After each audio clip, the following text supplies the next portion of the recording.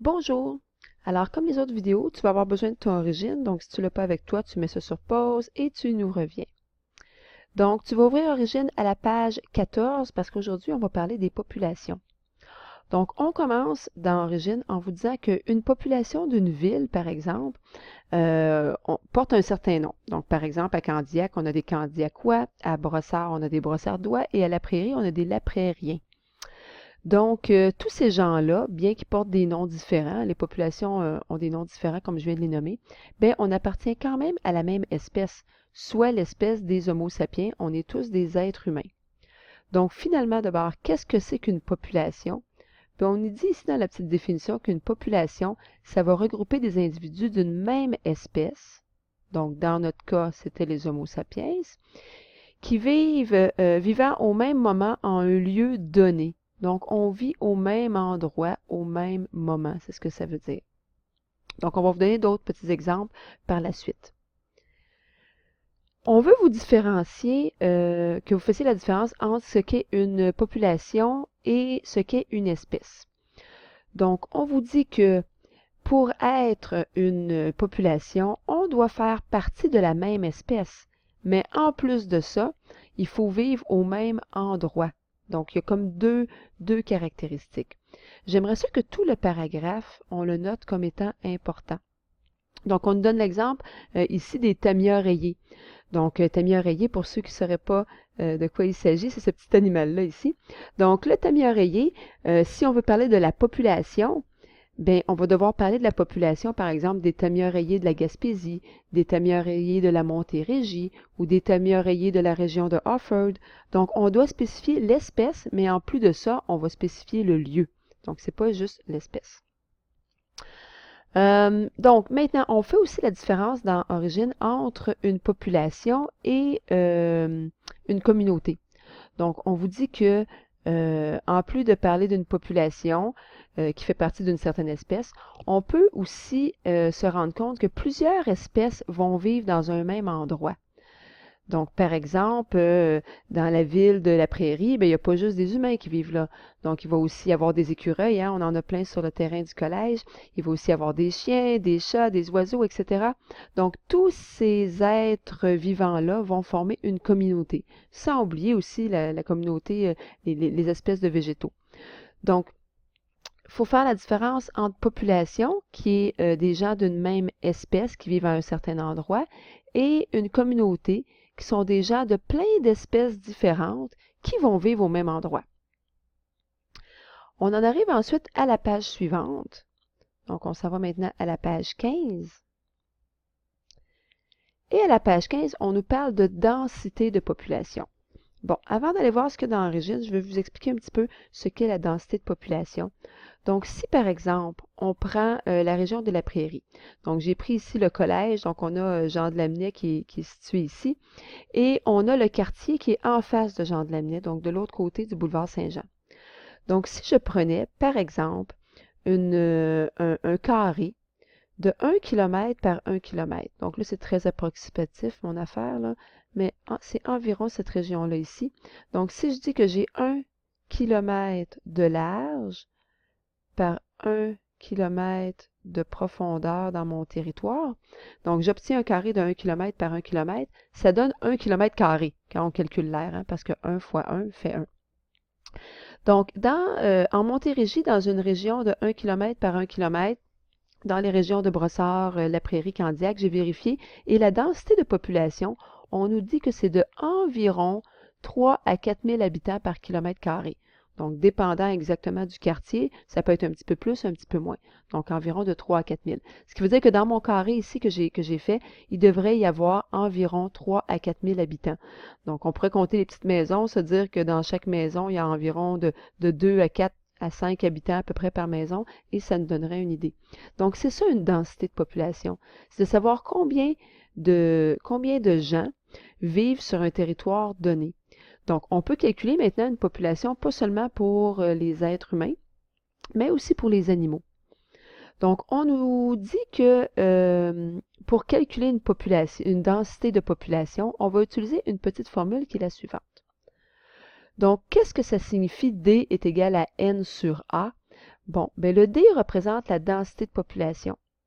Le N représente le nombre d'individus, combien j'en ai. Et le A représente l'aire du lieu occupé par cette population-là. Donc, concrètement, dans mon territoire que j'ai fait tout à l'heure, ça aurait été de dire que, admettons que j'ai 3000 individus qui vivent sur un territoire de 1 km², eh bien, dans le fond, je serais arrivé avec une densité de 3000 divisé par 1 km, qui m'aurait donné 3000 individus. Donc, 3000 habitants par kilomètre². Donc, ça, c'est ma densité. Donc, si je le fais maintenant pour des animaux, on a un exemple juste en dessous pour le loup. Donc, on nous dit que le loup de l'Est, que l'on nomme aussi le Canis lycaon, c'est une espèce menacée et qui vit dans le parc de la Mauricie. On nous donne la superficie, donc l'aire du parc de la Mauricie, et on nous dit que dans cette meute de loups-là, il y a 6 individus, donc il y a 6 loups. Donc, je prends mon nombre de loups, donc N, c'est mon nombre de loups, donc 6 individus. Je le divise par ma surface, donc l'aire de l'espace occupé, qui est divisé par 536. Rapidement, sans même faire ma division, là, si on fait une petite estimation, tu pourrais voir qu'il y aurait environ un individu par 100 km². Donc, on pourrait se dire que 536, c'est pas mal proche de 600 km, là. Donc, j'ai à peu près un loup par 100 km². Donc, si je fais ma division, je vais obtenir 0,011 individus par kilomètre². Donc, ça veut dire que dans 1 km², j'ai pas mal moins qu'un loup, ce qui veut dire que je n'aurai même pas un loup, là, parce que tout à l'heure, ce qu'on a vu, c'est qu'on va avoir à peu près un loup par 100 km². Donc, si je m'en vais voir juste pour 1 km, il y a environ 0,011 loups par kilomètre². Donc, ça nous fait voir un peu comment on va calculer nos fameuses densités. Maintenant, on va un peu plus loin dans l'origine, puis on vous dit que c'est un peu plus difficile que ça quand on veut calculer, parce que c'est dur de savoir il y a combien de loups exactement. Comme là, ici, on disait que la meute en avait 6 loups. On ne va pas aller voir en détail comment calculer les quadrats.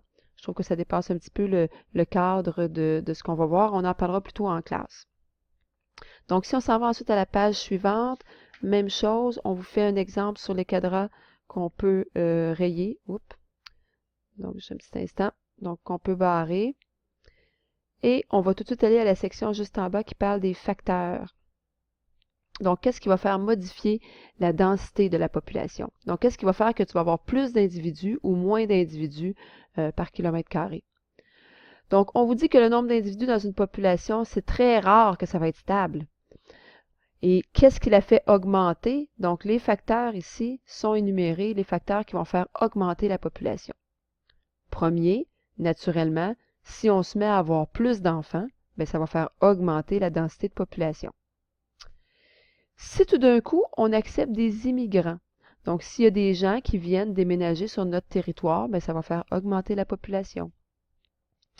S'il y a plus de nourriture disponible, bon, c'est sûr que nous, dans nos régions, au Québec, on n'est pas très conscient de ça parce qu'on en a assez de nourriture.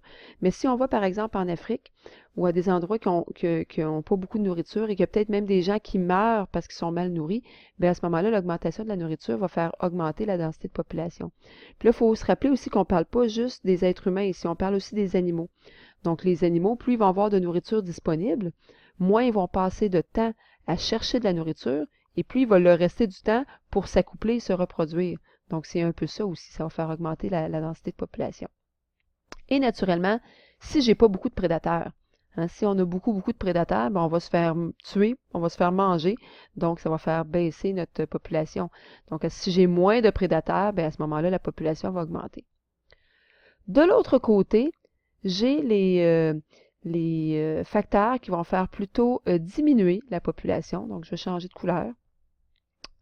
Donc, si le nombre de décès augmente, il y a une catastrophe naturelle, il y a une inondation ou un feu de forêt, ben ça va faire augmenter le nombre de décès, donc la densité de population va diminuer.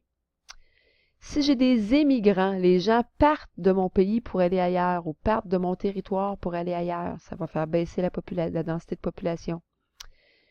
pas beaucoup de nourriture disponible, bien, à ce moment-là, les animaux peuvent mourir de faim, même chose pour les humains. Augmentation du nombre de prédateurs, bien, à ce moment-là, on risque de se faire tuer par nos prédateurs. Conditions climatiques inhabituelles. Une grande sécheresse, par exemple, pourrait faire en sorte qu'il y aurait moins de végétaux disponibles et qu'il y a des animaux qui meurraient de façon prématurée par manque de nourriture. Et l'augmentation des maladies. Donc, s'il y a une épidémie d'une certaine maladie, que ce soit que ça s'attaque aux végétaux, aux humains ou aux animaux, ça pourrait faire déséquilibrer un peu la densité de la population. J'ai encore un exemple à vous montrer. Donc ici, par rapport à la densité de population. C'est un exemple très classique qui nous démontre un peu le lien entre la densité de population des lièvres et la densité de population des lynx. Donc, ce qu'on s'aperçoit ici, c'est que si je regarde les lièvres, plus la population des lièvres augmente, hein, ça c'est le nombre d'animaux ici, donc plus j'ai de lièvres, et plus ma densité de population des lynx va augmenter aussi. À un certain moment donné, j'ai tellement de lynx, donc le lièvre a beaucoup de prédateurs, que la quantité de lièvres va diminuer. Diminuer parce que j'ai beaucoup de prédateurs. Donc les lynx diminuent, mais ce qui va se passer à ce moment-là, c'est que naturellement, le nombre de lynx va diminuer aussi parce que les lynx ont presque plus de nourriture. Il y a de moins en moins de lièvres. Donc, à un certain moment donné, les lièvres ont tellement plus beaucoup de prédateurs, qui sont les lynx, que la quantité de lièvres recommence à augmenter. Jusqu'à temps que les lynx aussi vont augmenter et à un moment donné, j'ai trop de lynx, donc trop de prédateurs pour le lièvre, et la population commence à diminuer. Donc, ça nous fait un cycle comme ça où la population de un augmente et ça fait augmenter la population de l'autre jusqu'à un certain point où est-ce que ça devient trop, donc il y a trop de prédateurs et la population diminue. Donc, il y a un lien entre la population de l'un et de l'autre. Dernière petite chose que je vais vous faire remarquer pour bien se rappeler la différence entre immigrants et émigrants. Quand on fait de l'immigration, c'est que des gens arrivent à l'intérieur de notre territoire ou à l'intérieur de notre pays. Donc, ça commence par I, intérieur, et immigrant commence par I. Tandis que quand tu as de l'immigration, c'est que les gens s'en vont vers l'extérieur de ton pays. Donc, les gens partent ou de ton territoire. Donc, extérieur, ça commence par un E, et immigrant, ça commence par un E. Donc, souvent, ces deux mots qu'on a de la difficulté puis qu'on les confond, immigration et émigration, ils se ressemblent beaucoup. Donc, ça peut être un petit truc pour les retenir. Donc, ça conclut notre cours d'aujourd'hui. On se revoit en classe.